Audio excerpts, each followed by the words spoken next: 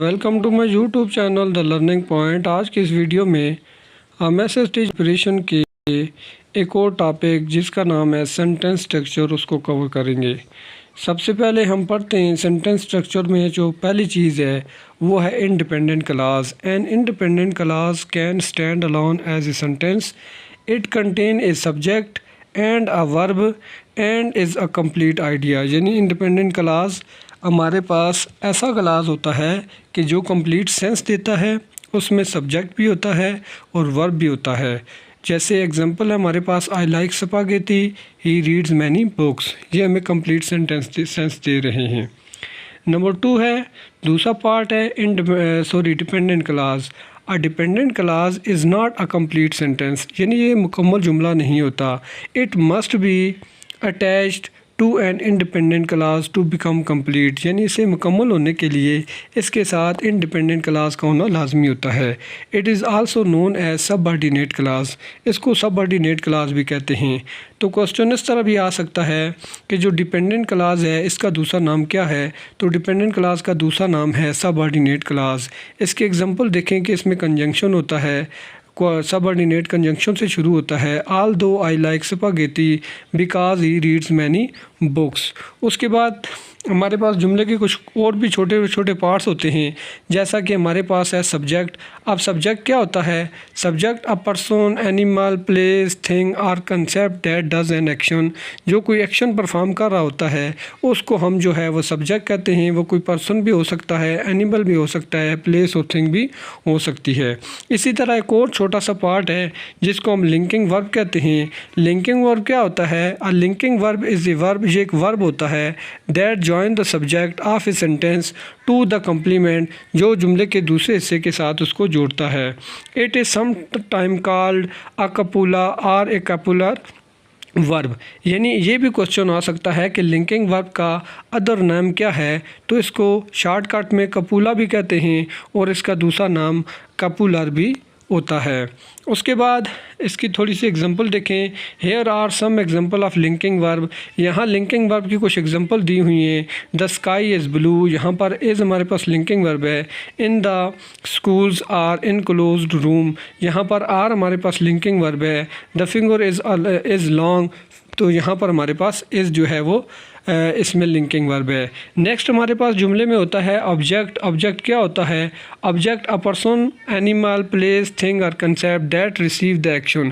यानी जो action subject की तरफ से परफॉर्म किया जाता है, जो सब्जेक्ट होता है वो कोई एक्शन परफॉर्म करता है और जिस एक्शन को परफॉर्म किया जाता है वो होता है हमारे पास ऑब्जेक्ट। उसके बाद नेक्स्ट है prepositional phrase. A phrase that begin with a preposition, जैसे इन है, एट है, फार है, बिहाइंड है, अनटिल है, आफ्टर है, ऑफ है, ड्यूरिंग है, and modify a word in the sentence, और सेंटेंस के वर्ड को मॉडिफाई करता है यानी तब्दील करता है, उसको हम प्रीपोजिशनल फ्रेज कहते हैं। यानी ये always start with a preposition, ये हमेशा प्रीपोजिशन से स्टार्ट होता है। A prepositional phrase answer one of many question. Here are few example. Where, when, in what way. यानी ये हमारे पास कुछ क्वेश्चन होते हैं कि जिसका प्रीपोजिशनल फ्रेज जो है वो आंसर देता है। एग्जांपल देखें, आई like spaghetti for dinner, he reads many book in the library. तो ये हमारे पास देखें कि ये दोनों सेंटेंस जो हैं ये या तो वेयर का जो है वो आंसर दे रहे हैं, या व्हेन का आंसर दे रहे हैं, इन या व्हाट वे का आंसर दे रहे होते हैं।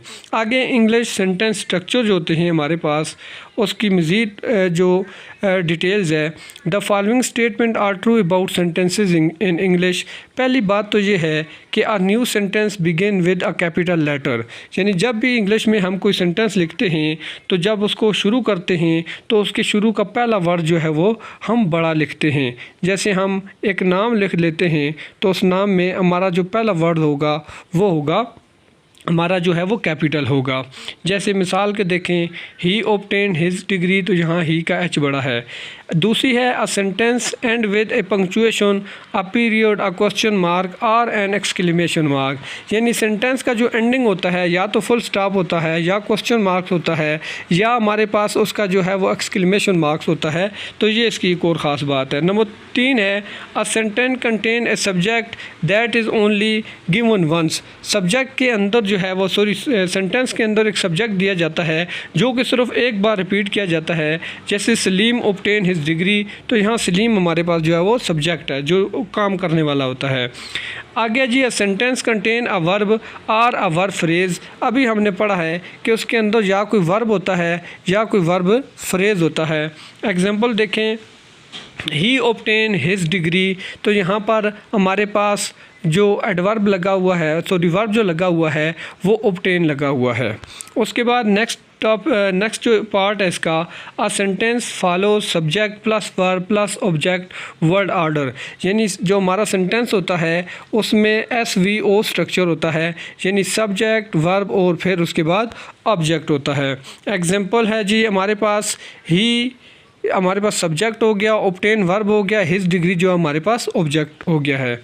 उसके बाद a sentence must have a complete idea that stand alone, यानी जो हमारे पास सब्जेक्ट होता है उसका कंप्लीट आइडिया होना चाहिए। This is also called an independent class, जो ऊपर अभी हम जिक्र कर चुके हैं कि इसको इंडिपेंडेंट क्लास कहते हैं, यानी ऐसा क्लास जो कंप्लीट सेंस देता है कि जिसमें हमारे पास सब्जेक्ट भी हो और उसके साथ वर्ब भी हो और वो कंप्लीट मानी दे, तो उसको हम जो है वो इंडिपेंडेंट क्लास कहते हैं। जैसे इसके एग्जांपल देखें, ही ऑब्टेन हिज डिग्री, उसने अपनी डिग्री हासिल की। उसके बाद है जी, टाइप्स ऑफ सेंटेंस में एक होते हैं हमारे पास simple sentence, a sentence consisting of only one clause, यानी ऐसा सेंटेंस के जिसके अंदर जो हमारे पास क्लास हो वो सिर्फ वन हो, यानी एक क्लास हो with single subject and predicate, यानी उसमें हमारे पास जो सब्जेक्ट हो वो भी सिंगल हो और प्रेडिकेट जो हो वो हो, तो उसको हम कहते हैं, हमारे पास जो है वो सिंपल सेंटेंस होता है।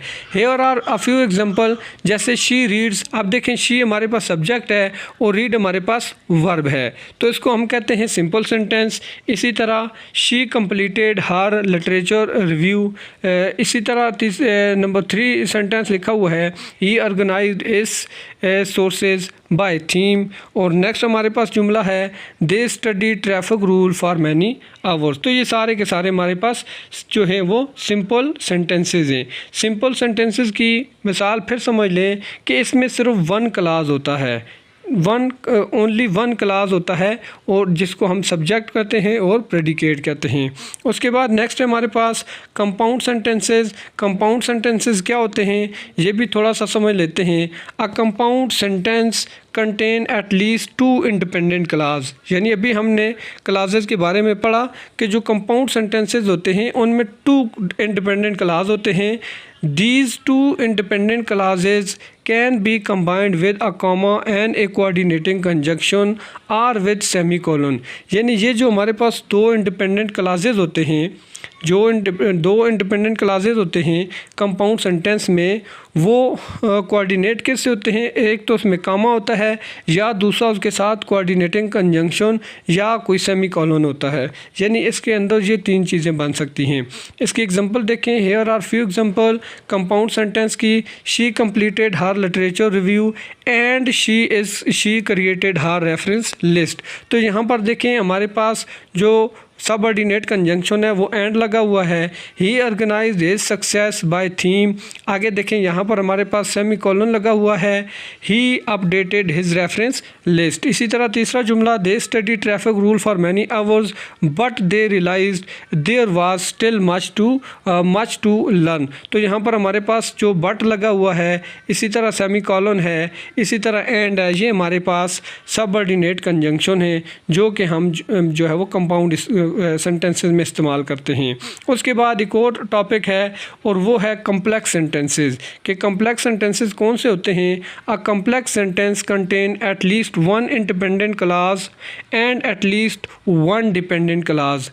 ये याद रखिएगा, the difference between compound sentence and complex sentence, कि जो कंपाउंड सेंटेंस है उसके अंदर हमारे पास 2 इंडिपेंडेंट क्लासेस होती हैं, जबकि हमारे पास जो कम्प्लेक्स सेंटेंस होता है उसमें 1 जो है वो इंडिपेंडेंट होता है और 1 जो होता है वो डिपेंडेंट होता है। बस ये फ़र्क है, यानी कंपाउंड के अंदर दोनों के दोनों हमारे पास जो है वो डिपेंडेंट क्लासेस होते हैं, जबकि कम्प्लेक्स के अंदर जो है वो हमारे पास एक डिपेंडेंट और दूसरा जो है वो हमारे पास इंडिपेंडेंट और दूसरा डिपेंडेंट क्लास होता है।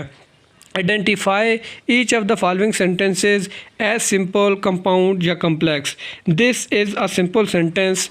ये हमारे पास एक जो है वो सादा जुमला है। तो ये हमारे पास सिंपल सेंटेंस बना हुआ है जो हमारे पास ये जुमला दिया हुआ है। नंबर 2 है I like playing football and my brother likes playing tennis. तो ये देखिए हमारे पास ये जो जुमला है ये हमारे पास कम्प्लेक्स सेंटेंस है, यानी एक इसके अंदर जो है वो हमारे पास कंजंक्शन लगा हुआ, सबऑर्डिनेट कंजंक्शन। नंबर 3 है I will help you if you help me. तो अभी हमने पढ़ा कि ये हमारे पास जो है वो कम्प्लेक्स सेंटेंस है। इसी तरह हर नेम इस ये लिखा हुआ है Saikyo and she comes from Japan. ये कोई जापानीज़ ज़बान का लफ्ज़ से प्रोनाउंसिएशन नहीं हो रही है, तो यहाँ पर एंड लगा हुआ है। इससे मुराद ये है कि ये हमारे पास कम्प्लेक्स सेंटेंस है। इसी तरह नेक्स्ट है my mother cook dinner while I was doing my homework, जबकि मैं अपना होमवर्क कर रहा था। तो यहाँ पर ये हमारे पास चूँकि वाइल जो है वो हमारे पास सबऑर्डिनेट कंजंक्शन लगा हुआ है, तो ये हमारे पास कंपाउंड है। इसी तरह नंबर 6 है while the dog chase the cat it barked loudly. तो ये भी हमारे पास कंपाउंड सेंटेंस है। और नंबर 7 है ऑल दो he worked hard he did not do well in the examination. तो यहाँ पर ये हमारे पास जो है वो कम्प्लेक्स सेंटेंस है। और आखिरी जो हमारे पास जुमला है वो है the boys did not go to the zoo because they went to the park. तो ये भी हमारे पास जो बिकॉज है ये हमारे पास सबऑर्डिनेट कंजंक्शन लगा हुआ है। तो जो सबऑर्डिनेट कंजंक्शन होता है वो हमेशा जुमले को कंपाउंड बना देता है। तो ये आज की जो हमारी वीडियो थी वो सेंटेंस स्ट्रक्चर के हवाले से थी, जिसमें सबसे इम्पॉर्टेंट बात मैं एक और बार रिपीट करना चाहूँगा कि सबसे पहले आपने समझना है कि कंपाउंड सेंटेंस में और कम्प्लेक्स सेंटेंस में क्या डिफरेंस है। तो कंपाउंड सेंटेंस के अंदर दोनों इंडिपेंडेंट क्लासेस होते हैं, जबकि हमारे पास जो कम्प्लेक्स सेंटेंस होता है उसमें एक इंडिपेंडेंट होता है और दूसरा डिपेंडेंट क्लासेस होते हैं। उम्मीद है ये वीडियो आपके लिए बड़ी इन्फॉर्मेटिव होगी। मज़ीद वीडियो को देखने के लिए मेरे चैनल द लर्निंग पॉइंट को लाइक और सब्सक्राइब ज़रूर कीजिएगा। मिलते हैं नेक्स्ट वीडियो में, तब तक के लिए अल्लाह हाफ़िज़।